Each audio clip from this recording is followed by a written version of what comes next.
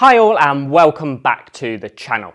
So in today's video, I'm going to be sharing with you a quick at-home workout for golf using one of these, a dumbbell. So if you're someone that prefers to train from home, or maybe you're brand new to fitness training for golf, you're not sure where to start, and you're just looking for something quick and simple to get you going, then this is the video for you. Let's get stuck in. So we're going to go over 6 exercises, and all we need is a dumbbell, some space and a wall to hold onto.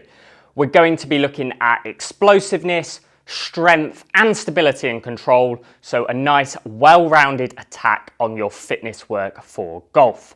We're going to start with explosiveness, and we're going to start with some loaded squat jumps. So nice athletic stance.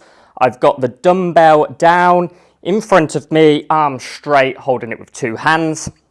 And I'm going to work through some squat jumps. So a little bit of a load, an explode, and then a nice controlled landing.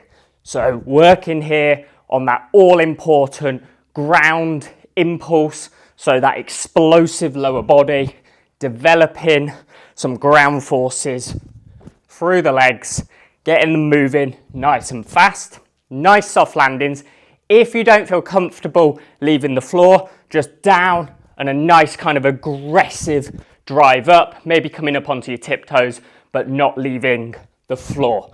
So we'll work through about 5 of them, trying to jump nice and high, nice and fast off the floor, but really making sure we land in that soft, athletic position.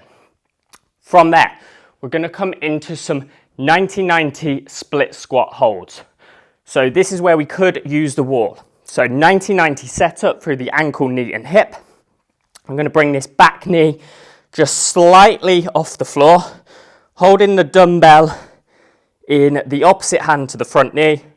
I've got this hand on the wall here if I need to. If you don't need to, absolutely fine. I can do it completely freestanding. And we're going to hold this for about 30 seconds. So this is obviously going to work on some lower body strength. Holding this isometric is quite difficult. If you want to come up a little bit to make it a bit easier, absolutely fine. So just work at an appropriate level to you. And again, obviously you've got the wall here if you need to. If you want to come completely out of it and then go back into it because you need a break, again, absolutely fine. So we don't need to be working at a level beyond where you're currently at. Just work at a challenging intensity, but a doable intensity. And then we'll go on to the other side. So 90-90 setup, using the wall if we need to, bring this back knee just slightly off the floor. Most of our pressure, most of our tension is going to be in this front leg. You might get a little bit of a stretch through the rear quad here.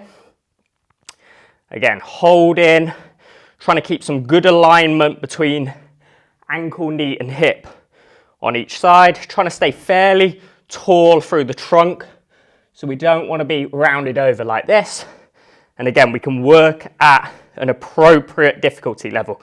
So if you have to bring that knee up a little bit, that's fine. And then as you progress, you can start to work deeper into that isometric. Okay, so we do about 30 seconds on each side for some lower body strength. We're going to come into that 90-90 setup again, but we're going to work through some upper body strength. This time we're going to be having our back knee on the floor. So 90-90 setup, feel like you kind of tuck the hips under. So if you had a belt buckle on, almost like that's going to point up towards the sky, you should get a nice stretch here through rear hip flexor and quad. Nice and stacked from knee up to the hips, up to the shoulders, and we're going to work through some half kneeling shoulder presses. So dumbbell resting on the shoulder, I'm going to work up and over, nice and controlled. So the dumbbell is obviously in opposite hand to the front leg here, and I'm trying to work through my maximum range of motion. So trying to get that arm straight if I can, directly overhead. So I don't want it drifting forward too much. I don't want to be leaning like this to try and get the weight overhead. Nice and stacked, ribs down. Should get a little bit of a quad stretch through the back leg. So we're staying stacked and we're working overhead for about 8 reps. And then we'll do the same on the other side. So 90-90 setup, hips tucked under, a little bit of a stretch through that rear side. And then we're going to press that dumbbell up and overhead. I like to have the elbow just in front of the shoulder. So I don't like the elbow being level or getting behind the shoulder. So slightly tucked and then working that dumbbell up and overhead, working through some shoulder strength, some shoulder stability here, but we're also going to get into some core stability as well. It's an offset movement, so the dumbbell's only on one side. So our entire core, hips are going to be working really hard to keep us nice and balanced, nice and stable. Do a couple more. And then from here, we're going to come back into the lower body and we're going to work through some single leg deadlifts. Now here, we probably do need the wall to start with. So side onto the wall. What I'm going to do, I'm going to have my right hand on the wall and I'm going to be loading into my right hip and glute. So my left leg is going to be the one that's moving back and the weight is in the left hand. So I ground down through this right leg and I work my left leg back, getting nice and long from head to toe. Should be loading here into right hamstring, right glute, and then working back up.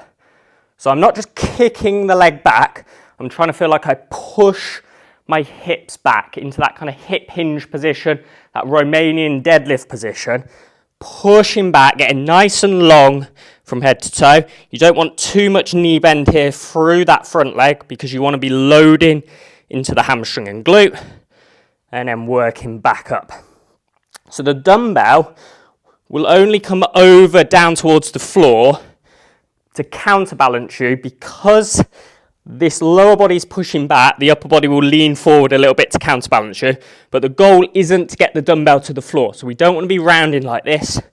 We want to feel like we stay nice and tall through the chest, long from head to toe, and this dumbbell shouldn't be drifting too far in front of you. It should be staying fairly close to this lead leg. We'll do about 6 reps here, really trying to get into the glute and hamstring of that lead leg. We'll swap over. So left hand goes onto the wall, pressure into left foot. So I'm going to kick back, get nice and long from head to toe, into the hamstring and the glute, and then driving back up. So tilting over, pressure will probably go into the heel on this lead foot, into the hamstring, into the glute, long from head to toe. Now, if you want, you can do this freestanding. Obviously, it's a lot tougher on the balance and stability point of view. But if you're finding it a little bit too easy and you want to challenge yourself, you can do this freestanding. But what I don't want is if you're doing it freestanding and the movement starts to look really poor, so not using the assistance really starts to compromise the motion, then go back to just having that hand near the wall just to allow you to move really nicely. Great exercise for our posterior chain. So our posterior chain is really important in terms of power production in the swing, but also in terms of injury prevention as well. You want to get some strong hamstrings, glutes, lower back, really help create some robustness as a golfer. 2 more to go. We're going to come into some rows now. So strength for that rear part of the shoulder, strength for the back. We're going to add a row with opposite side reaching as well. So some freedom through the trunk. Kind of driver stance position, weight in one hand. Both arms just hang under the shoulders. And from here, I'm going to row this hand to the hip. And I'm going to reach down ever so slightly with the opposite side. Pause, and then return. So I'm rowing dumbbell to hip, reach down with the opposite side. That creates that obviously little bit of trunk rotation, and then back. So row, pause at the top here, and then back down. We'll go for about 8 of these on each side. And what we want here, we want that proper pause at the top. So a good 1 to 2 second pause at the top each time. We don't want the reach to again be rounding through here. It's just a bit of lengthening through the non-moving arm, or through the non-load bearing arm, should I say. So we'll do one more. So row towards the hip, pause at the top. And then we'll do the same on the other side. So the weight is working back towards the hip here. So if I demo from the side, we don't want the weight coming straight up. You can see what that does to the shoulder, gets it really elevated, not in a great position. So the weight is actually working kind of diagonally up and back, and then a little bit of an opposite side reach, creating some length, some rotation through that trunk. Really helpful, obviously, as a golfer. So we'll do a couple more. So row, weight goes towards the hip, opposite side reach, freedom through the trunk, little pause at the top. Great move to strengthen that upper back, shoulder area, get a little bit of freedom through the trunk, really useful for your golf game. Final exercise, we're going to do some split stance lateral swings, really good for stability, working on that kind of control through the hips and the core. So split stance, so one foot in front, both feet are facing forward. This back foot's just on its tiptoes a little bit, really grounded down through this front foot.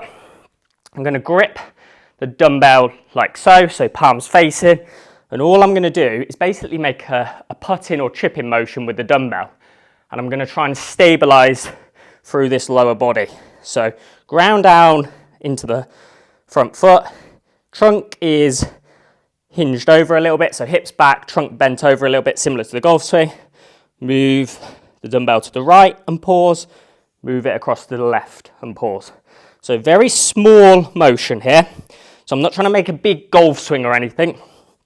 Very small movement, but as I move this dumbbell from side to side here, I'm really going to have to work hard through this lead leg, through the hips, through the core to stabilize and keep me on balance. So the weight of the dumbbell is going to want to pull me out to the side. So we'll do 4 or 5 in each direction on one side, and then swap over. So ground down through this lead foot, a little bit of knee bend, hinged over, similar to kind of golf posture. We have palms facing, and then we move the dumbbell one way and the other way, keeping the arms straight, keeping hinged over in that golf posture, and trying to really use hips and core to stay as stable as we can as we do this movement. Quite a small movement, quite a simple looking movement, but a lot more difficult than it looks. So we're going to really light up a lot of the body here. Big challenge on that stability front. And there we have it. 6 exercises. We're going to work on some explosiveness, some strength, some freedom through the trunk, some stability.